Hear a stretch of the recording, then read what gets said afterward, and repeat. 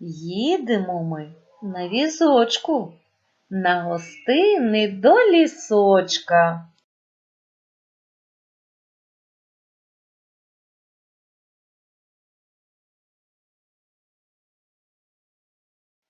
Вітерець нас зустрічає, з листям в схованки він грає.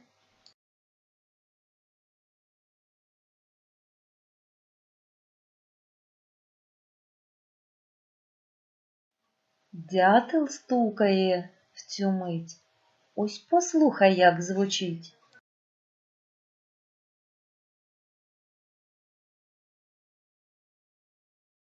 А веселі пташки завели свої пісні.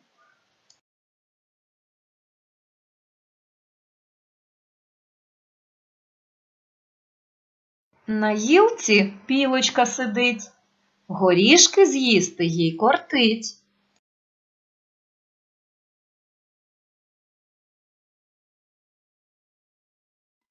Ось струмок тече, булькоче, він втекти до річки хоче.